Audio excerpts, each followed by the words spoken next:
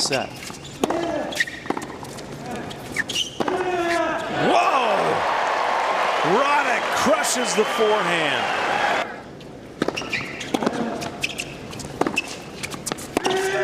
Again!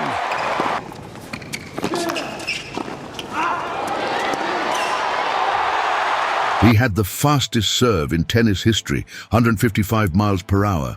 A record that still stands. He beat every player in the world except one man, one rival, one ghost. But in 2009 at Wimbledon, Andy Roddick had his moment. He was a point away from making history, a point away from breaking the curse, a point away from being the American champion a nation was waiting for. And then, he wasn't. This is the story of Andy Roddick, not about the trophy that got away, but about the man who learned something more important than winning. Andy Roddick was born in Omaha, Nebraska, on August 30th, 1982. He was the youngest son in a tennis family. His older brother, John, was the real star, ranked top 6 in the world as a junior. Young Andy was always trailing behind, trying to keep up. Then something happened that changed everything. John got injured. He never made it to the pro circuit. And suddenly, all the hopes of the Roddick family landed on the youngest brother, the one nobody expected to carry them. At 17, Andy had a losing streak in the juniors that nearly broke him. He considered quitting, but his coach told him one thing: give it 4 more months of real effort. He did. By 2000, at age 18, he was the #1 junior in the world. The question that would chase his entire career was already forming. Could the American kid with the fastest serve become what his family dreamed? Could he become the next American champion? And more importantly, could he do it without getting destroyed by Roger Federer, who was already ruling the world? That answer would take 9 years. Roddick's childhood wasn't privileged. His mother was a school teacher, his father, a businessman. They moved to Boca Raton so John could pursue tennis. Then they sacrificed again when that dream died. There was a quiet pressure in the Roddick family. Not just be good at tennis, but make all these sacrifices mean something. At 18, Roddick turned professional, fast, explosive, hungry. His serve was his weapon, the one thing nobody could match. In 2003, at age 21, he won the US Open. Suddenly, he was America's hope, the guy who could challenge Federer, the heir to Sampras and Agassi.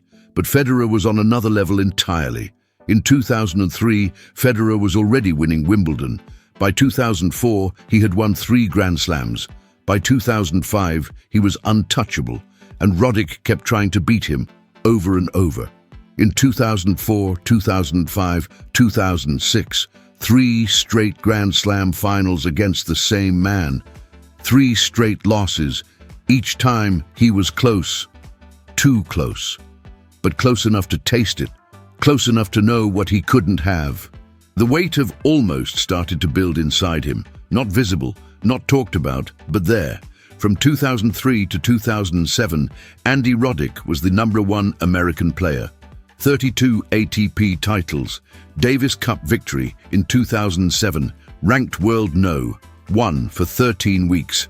By every measure, he was a champion. But in tennis, there's a hierarchy. You're measured not just by what you've won, but by who you beat. And Roddick never beat Federer when it mattered. 0 wins in 4 Grand Slam finals. Every loss followed the same script. Roddick would play brilliantly. He'd have his moment, a break point, a tie-break opportunity. Then Federer would answer. And that would be it. It wasn't about skill anymore.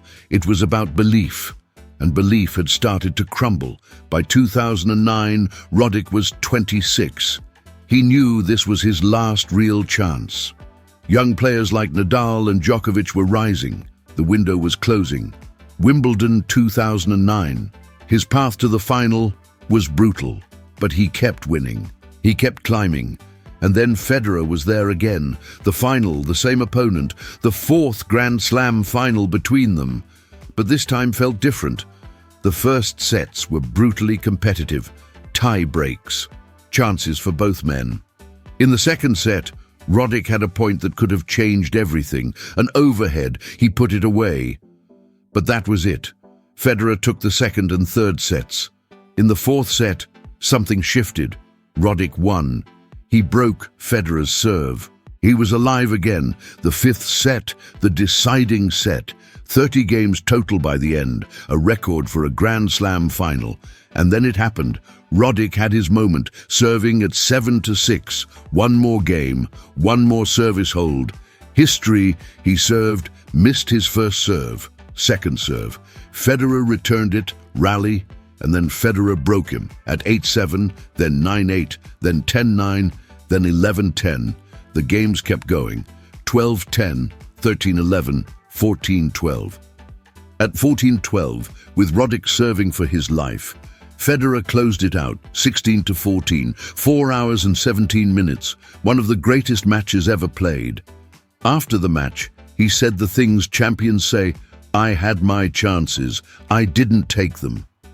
But what he didn't say was louder, losing to Federer for the fourth time, in the biggest moment of his life. Something inside him started to believe it was permanent, that he wasn't built for this, that he would always be the guy who came close, but never crossed the line. The years after 2009 were a slow burn. Injuries accumulated, shoulder issues, ankle problems. The body that once served at 155 mph began to deteriorate. But the real injury was invisible. It was the erosion of belief. Each tournament became a search for another moment, another chance to beat Federer, another chance at a Grand Slam. Both were slipping away, and Roddick knew it. August 2012. The US Open. The tournament that had given him his greatest glory, the only Grand Slam he'd ever won. His final match came in the fourth round against Juan Martín del Potro. It was the kind of match that defines how you leave a sport, competitive, emotional. At the end, standing at the net, Roddick cried, not because he lost, but because he finally understood it was over. He walked off the court knowing he'd never come back. In retirement, something unexpected happened. He didn't cling to the sport, didn't become a commentator stuck in the past, didn't try to relive glory days. He stepped away completely.